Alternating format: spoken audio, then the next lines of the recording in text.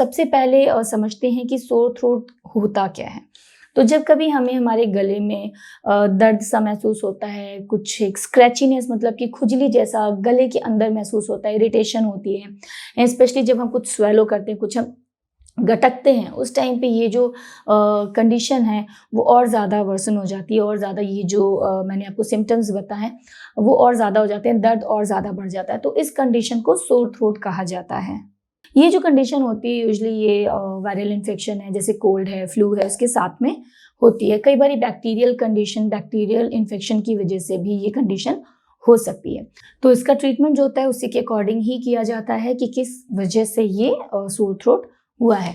तो अब एक बार समझते हैं कि इसके जो लक्षण होते हैं, सबसे पहले हम वो समझ लेते हैं कि क्योंकि कोई भी ट्रीटमेंट या मैनेजमेंट करने के पहले हमें किसी भी बीमारी के लक्षणों को समझना बहुत ज़्यादा ज़रूरी होता है। तो एक बार हम समझते हैं कि इसके लक्षण क्या होते हैं, कैसे हम समझ सकते हैं कि सोर थ्रोट है।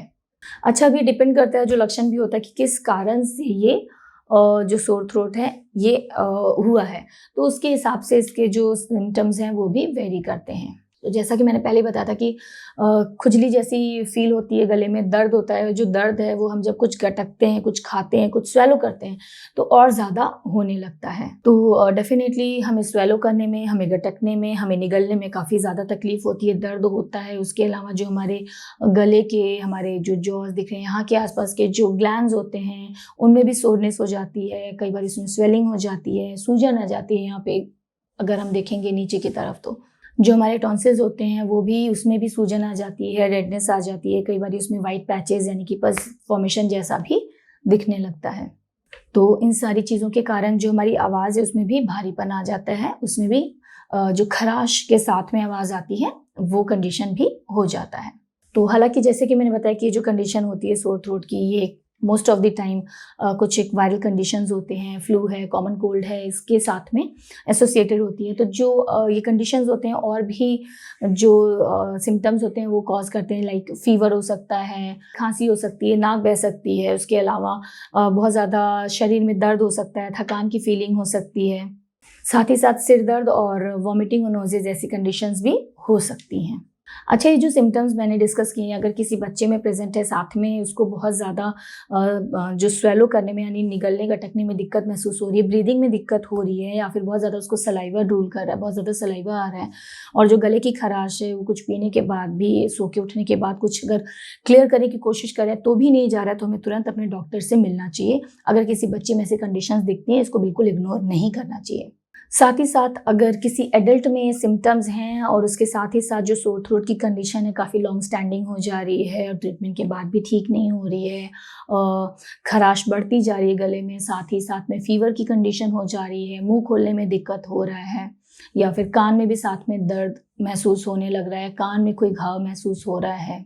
उसके अलावा अगर किसी को सोर थ्रोट बार बार हो रहा है, रिकरिंग ये कंडीशन हो रही है, उसके अलावा आपको अपने गले में या फेस में कहीं स्वेलिंग महसूस हो रही है, आपकी आवाज़ में एक होर्सनेस आ जा रही है और भारीपन हो गया आवाज़ में, वो ठीक नहीं हो रहा है, ऐसी कोई भी कंडीशन आपको दिखती है तो आपको अपने डॉक्टर से तुरंत संपर्क करना चाहिए। इसको नॉर्मल सोर थ्रोट की तरह से लेके, क्योंकि ये सेल्फ लिमिटिंग है, इसको छोड़ना नहीं चाहिए। इसके बारे में अपने डॉक्टर को ज़रूर बताना चाहिए, तुरंत कंसल्ट करना चाहिए।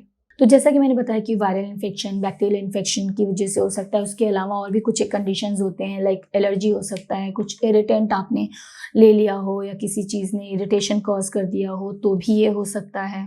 इरिटेंट लाइक कोई भी पोल्यूशन, एयर पोल्यूशन में बहुत सारे ऐसे फैक्टर्स होते हैं जो कि एज इरिटेंट काम कर सकते हैं। एलर्जीज़ भी बहुत सारी चीज़ों से हो सकती हैं, उसकी वजह से हो सकता है। उसके अलावा ड्राइनेस, लाइक बहुत लंबे समय तक अगर आप एयर कंडीशन रूम में बैठ जाते हैं तो भी ड्राइनेस हो जाती है और उसकी वजह से भी कई बार खराश और सोर थ्रोट जैसी कंडीशन हो जाती है। हालांकि ये जो सारी चीज़ें मैंने बताई ये नॉर्मली जैसे आप नॉर्मल कंडीशन में आते हैं अपने आप ही ठीक हो जाती हैं, ज़्यादा समय के लिए नहीं रहती हैं।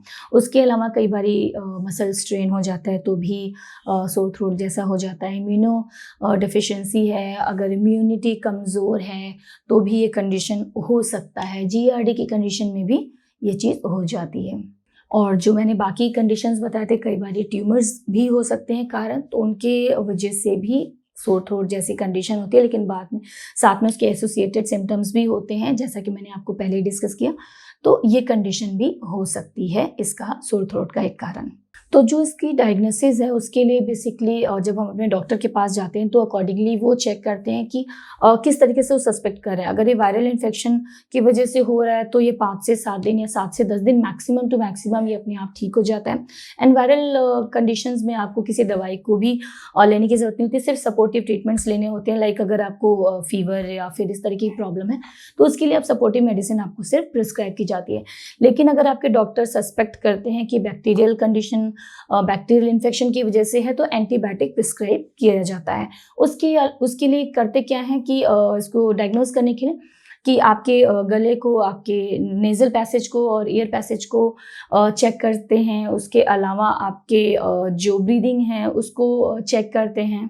साथ ही साथ जो आपके लिम्फ नोड्स हैं, आपके ग्लैंड्स हैं गले के, उसको भी चेक किया जाता है। अकॉर्डिंगली डॉक्टर आपका जो कंडीशन है उसको समझते हैं और उसी के हिसाब से आपका जो ट्रीटमेंट है वो प्रिस्क्राइब करते हैं। तो मैंने जैसा कि बताया कि अगर बैक्टीरियल कंडीशन वो सस्पेक्ट करते हैं तो वो स्वाब भी ले सकते हैं, जिसके बेसिस पे वो आपको एंटीबायोटिक्स प्रिस्क्राइब करते हैं। उसके अलावा आपका जो सोर थ्रोट है अपने आप ठीक होगा। साथ ही साथ उसको आप थोड़ा सा रिलीफ देने के लिए जो नॉर्मल सलाइन का जो नमक का पानी होता है, गुनगुना नमक का पानी, उसके गरारे कर सकते हैं दिन में 3 से 4 बार। साथ ही साथ बीटाडिन गार्गल का भी इस्तेमाल आप कर सकते हैं। उसके अलावा क्योंकि मैंने बताया इन्फेक्शन की वजह से, वायरल इन्फेक्शन इसका सबसे बड़ा कारण है, तो कोशिश करें कि इन्फेक्शन वाली जगहों को अवॉइड करें, भीड़ में जाने से बचें, अपने हाथ को साफ करें, हाथ को अपने नाक और मुंह पे बार बार ना लेकर आएँ। कोशिश करें सारे जो बेसिक हाइजीन रूटीन है उसको फॉलो करने की, तो ऐसे इन्फेक्शंस जो बेसिक इन्फेक्शंस हैं उससे बचा जा सकता है। अच्छा, मैंने आपको इसके कई सारे कारण बताए थे, उसमें कोविड-19 भी एक कारण होता है। क्योंकि ये नई चीज़ है तो ऐड करना बार बार थोड़ा सा हो जाता है, तो कोविड-19 भी एक इसका कारण हो सकता है। तो ये जो बेसिक इसका ट्रीटमेंट और मैनेजमेंट है इसके बारे में हमने डिस्कस किया। उसके अलावा हमने इसके लक्षणों के बारे में और इसके प्रेजेंटेशन के बारे में भी डिस्कस किया। तो आज के जो वीडियो में हमने सोर थ्रोट के बारे में डिस्कस किया। उम्मीद करती हूँ कि आपकी जो अंडरस्टैंडिंग इसके टूवर्ड्स काफ़ी बढ़ेगी, आपको काफ़ी इससे मदद मिलेगी। उसके अलावा भी अगर कोई सुझाव है या फिर और भी कुछ आप पूछना चाहते हैं तो कमेंट बॉक्स में जाके हमसे ज़रूर पूछें। मिलते हैं अपने अगले वीडियो में। धन्यवाद।